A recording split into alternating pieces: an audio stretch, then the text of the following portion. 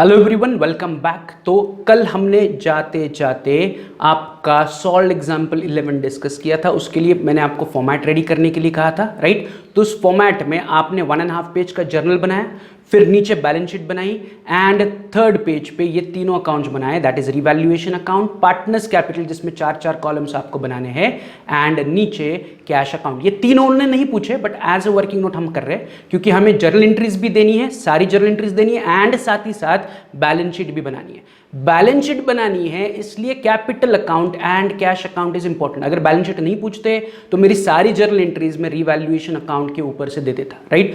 But हमें यहां पर बैलेंस शीट बनानी है तो बिना कैपिटल अकाउंट के, बिना कैश अकाउंट के हम बैलेंस शीट को टैली नहीं कर सकते, राइट। क्योंकि कैपिटल का बैलेंस हम बैलेंस शीट में लिखते हैं, कैश का बैलेंस हम बैलेंस शीट में लिखते हैं, तब जाके बैलेंस शीट टैली होगी, यस और नो। तो अगर बैलेंस शीट उन्होंने पूछी है तो आपको ये दो अकाउंट्स यानी कि partners capital account and cash account compulsory बनाना ही पड़ेगा as a working note, right. अगर उन्होंने नहीं पूछा है तो पहला काम हम क्या करेंगे, जर्नल एंट्रीज पर बाद में आते हैं। पहला काम हम क्या करेंगे, रेगुलर फॉर्मेट को फॉलो करेंगे, in 3 account and balance sheet को कंप्लीट करेंगे, following are 4 steps, right, yes और नो। उनको फॉलो करते हैं, in 3 accounts and balance sheet को टैली करते हैं एंड फिर हमारी 1 से 8 जो जर्नल एंट्रीज की स्टेप्स है उसे फॉलो करके जर्नल एंट्रीज देते हैं, राइट। तो जितना आज बन सके उतना बनाएंगे, फिर बाकी का कल के लेक्चर में बनाएंगे, राइट। तो शुरुआत करते हैं सम सॉल्व करने की with the step number 1 while doing the ledger. तो लेजर बनाते वक्त हमारा स्टेप नंबर 1 क्या है, पुराने बैलेंस शीट से कैपिटल उठाना है एंड पार्टनर्स कैपिटल के क्रेडिट में लिखना है। लेकिन अगर पुराने बैलेंस शीट में देखोगे तो क्रेडिट साइड में या लायबिलिटी साइड में सिर्फ चंद्र एंड सूर्य का कैपिटल है, तो उनको मैं पहले उठा रहा हूं। पार्टनर्स कैपिटल के क्रेडिट में लिख रहा हूं as by balance brought down. Chandra के कॉलम में 1,05,000, सूर्य के कॉलम में 66,000। बट और एक इनका पुराना पार्टनर है दैट इज तारा। तो तारा का कैपिटल आपको इस बार एसेट्स में दिया हुआ है, तो मैं एसेट से तारा का कैपिटल उठाऊंगा एंड कैपिटल अकाउंट के डेबिट में पोस्ट करूंगा as to balance brought down and Tara के कॉलम में 27,000। Is it clear? तो हमारा स्टेप 1 क्या कहता है, पुराने पार्टनर्स का कैपिटल उठाओ, उनके कैपिटल अकाउंट में लिखो। तो मैंने लिख लिया, लेकिन इस बार 2 लोगों का कैपिटल लायबिलिटी साइड में था, वो क्रेडिट में चला गया, एंड तारा का कैपिटल एसेट साइड में था। एसेट्स मतलब it is carrying debit balance, तो वो मैंने तारा कैपिटल के डेबिट में लिखा। 2 लोग क्रेडिट में है, 1 लोग डेबिट में, या Tara is on the debit side. Is it clear? तो मेरा पहला स्टेप हो गया, पुराने पार्टनर्स का कैपिटल उठाया एंड कैपिटल अकाउंट में लिख लिया। What is my step number 2? तो स्टेप नंबर 2 इज कि चेक करो बैलेंस शीट में जनरल रिजर्व, रिजर्व फंड या P&L अकाउंट है क्या। तो मैं फिर से लायबिलिटी साइड में चेक कर रहा हूं तो वहां पर कैपिटल के अलावा कुछ भी नहीं है। एसेट साइड में चेक कर रहा हूं तो वहां पर भी कुछ नहीं है, मतलब there is no general reserve, no reserve fund and no P&L account. तो हमें कुछ भी करने की जरूरत नहीं है, just move on to the third step. तो तीसरी स्टेप क्या कहते हैं कि पुराने बैलेंस शीट से कैश उठाओ एंड कैश अकाउंट में लिखो। तो मैं वही कर रहा हूं, पुराने बैलेंस शीट में 54,000 कैश है, वो उठा के हमारे कैश अकाउंट में लिख रहा हूं, to balance brought down 54,000। So पुराने बैलेंस शीट से कैश उठाई एंड हमारे कैश अकाउंट में लिख लिया as to balance brought down 54,000। यहां तक क्लियर है? तो ये हमारी पहले 3 स्टार्टर्स या पहले 3 स्टार्टिंग पॉइंट्स या पहले 3 स्टेप्स हो गई। अब चलते हैं स्टेप नंबर 4। स्टेप 4 क्या कहता है, solve the adjustment, each and every adjustment you have to give double effect, right. Each and every adjustment आपको क्या करना है, डबल इफेक्ट देना है, राइट। तो चलते हैं on the first adjustment. First adjustment क्या कह रहे हैं, the motor car is taken over by Chandra at a value of ₹75,000। तो चंद्र ने क्या किया, बिजनेस से मोटर कार ले ली, इसे हम कहते हैं assets taken over bye partner. तो मैं सिंपली क्या करूंगा, पार्टनर्स कैपिटल अकाउंट में आऊंगा, चंद्र के डेबिट में लिखूंगा क्या ले रहा है चंद्र, मोटर कार। तो 2 मोटर कार कितने में लिया, जो एडजस्टमेंट वाली वैल्यू है कितनी है, 75,000। As simple as that, right. 75,000 में चंद्र को हमने मोटर कार दे दी।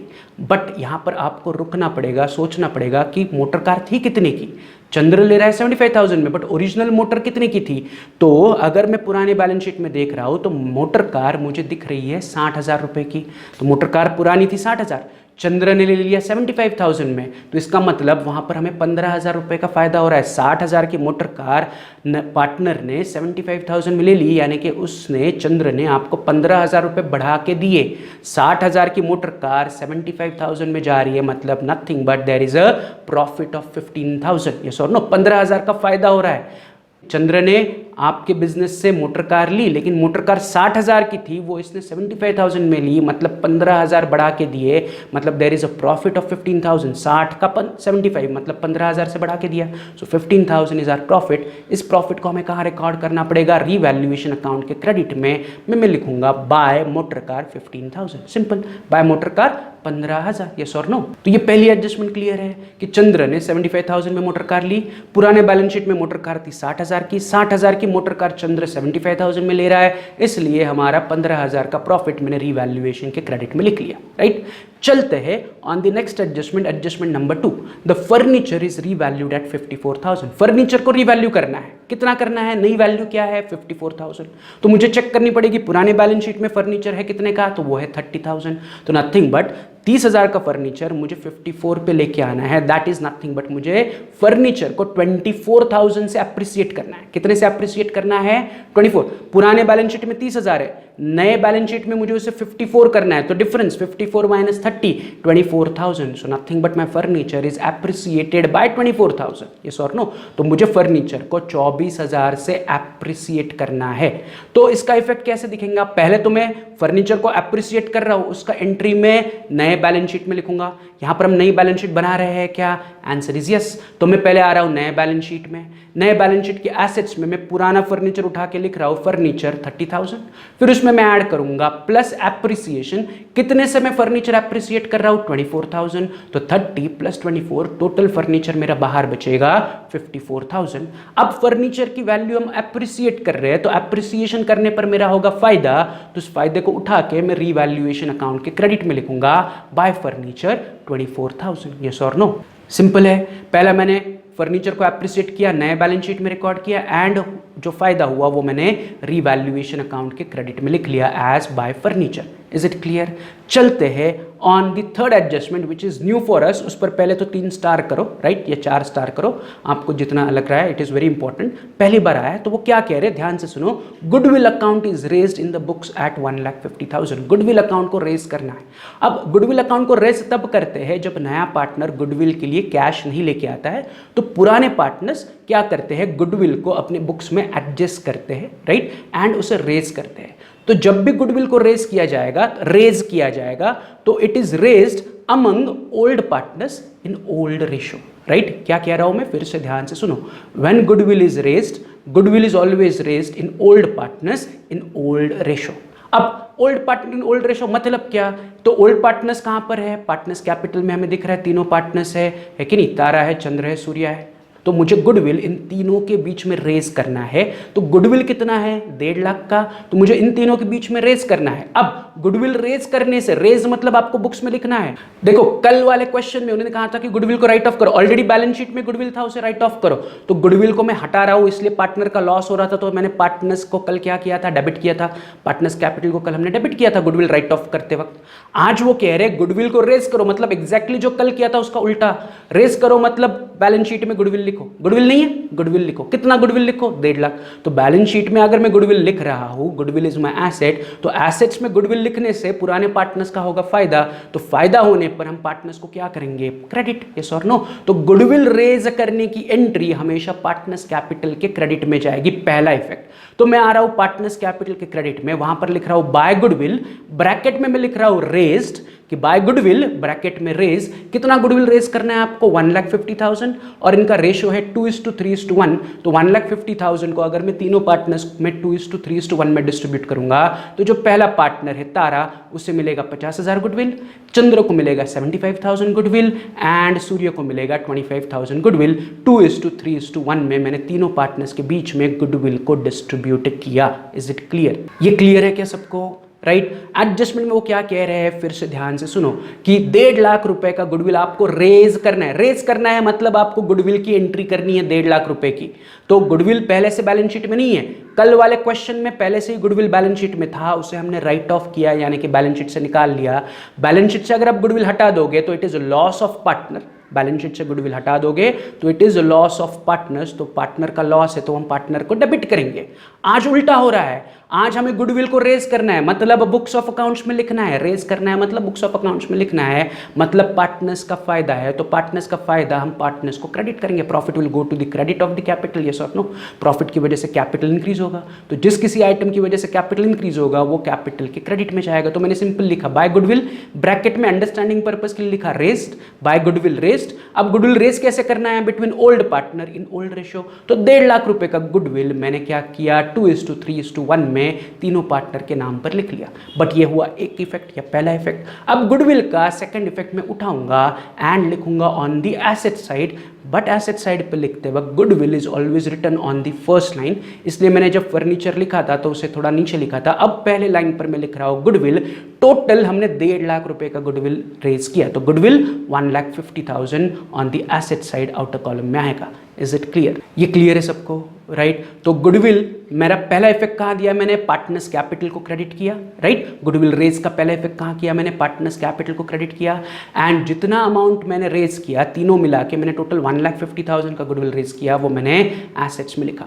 तो जब भी गुडविल रेज अ क्वेश्चन में आएगा, keep it in mind, old partners in old ratio, it will go to partners capital credit, old partners in old ratio, and second effect of raised will be go to the asset side. कल इसका exactly उल्टा हुआ था कि हमने asset से goodwill हटा दिया एंड जो गुडविल हटाने का एंट्री है वो पार्टनर्स कैपिटल को हमने डेबिट किया था, जर्नल एंट्री किया था बट पार्टनर्स कैपिटल को हमने उसमें डेबिट किया था। Is it clear? तो यहां पर हमारा एडजस्टमेंट नंबर 3 भी कंप्लीट हुआ, which was new for us, goodwill raise. पहला effect partners capital credit, old partner old ratio, and दूसरा इफेक्ट मैं बैलेंस शीट में दे रहा हूं on the asset side on the first slide, right? चलते हैं चौथी एडजस्टमेंट, राइट? क्या कह रहे हैं, अनरिकॉर्डेड डेटर्स रुपीज 33,000, वो कह रहे हैं अनरिकॉर्डेड डेटर्स 33,000, मतलब आप 33,000 रुपए के डेटर्स रिकॉर्ड करना ही भूल गए।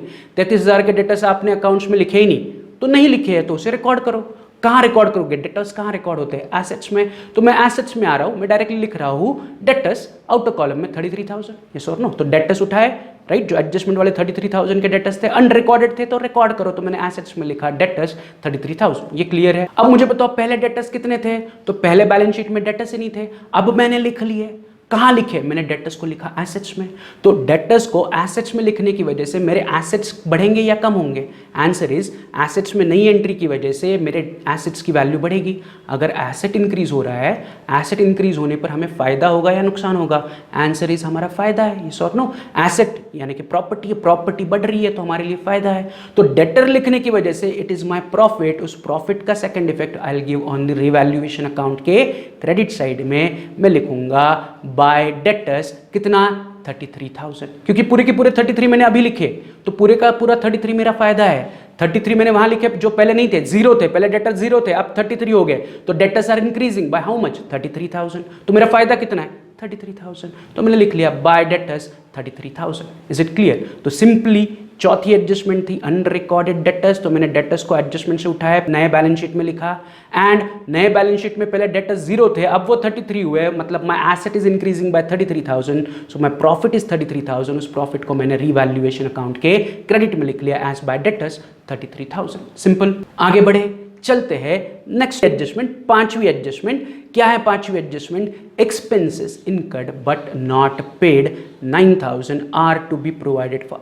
तो वो कह रहे हैं 9,000 रुपए आपका खर्चा है बट आपने अभी तक पे नहीं किया है, तो इसे हम सिंपली क्या कहते हैं, आउटस्टैंडिंग एक्सपेंसेस, देना बाकी है। खर्चा है अभी तक पे नहीं किया है, मतलब ये खर्चे देने बाकी है, यानी कि nothing but it is are outstanding expenses, यानी कि 9,000 रुपए मुझे पे करना बाकी है, खर्चे के 9,000 रुपए मुझे पे करना बाकी है। तो देना बाकी है मतलब it is my liability, yes और नो। तो पहला इफेक्ट मैं आउटस्टैंडिंग एक्सपेंसेस का दूंगा ऑन द लायबिलिटी साइड, थोड़ा सा नीचे मैं लिख रहा हूँ आउटस्टैंडिंग एक्सपेंसेस 9,000, कि 9,000 रुपये मुझे देना बाकी है, तो इट इज़ माई लायबिलिटी।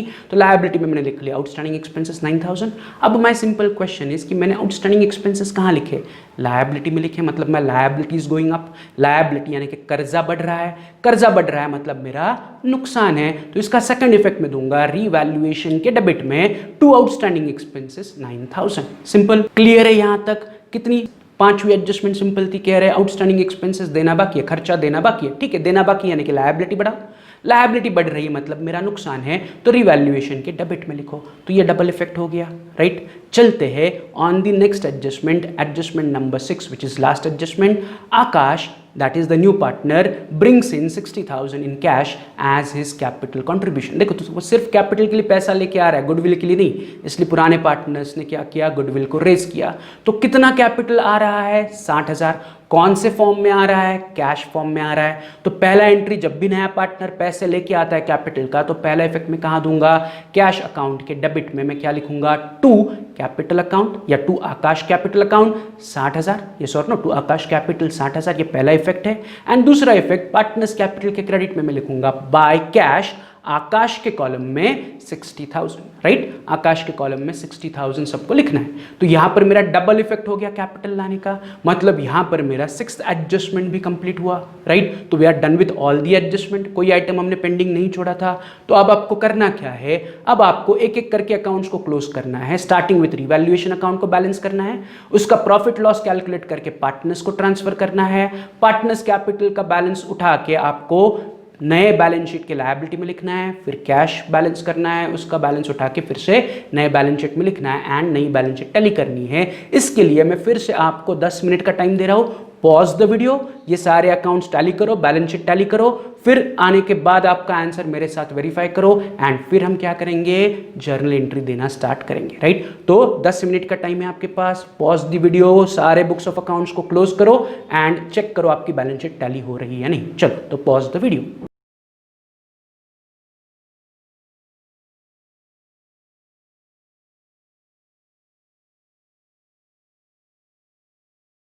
चलो तो सबने अपने अपने बुक्स ऑफ अकाउंट्स टैली किए, सबका बैलेंस शीट टैली हुआ ही होगा। अगर नहीं हो रहा है, डाउट्स है, तो मेरे साथ चेक करो। तो सबसे पहले हम कौन से अकाउंट को क्लोज करेंगे, तो सबसे पहले मैं क्लोज करूंगा रिवैल्यूएशन अकाउंट को, यस और नो।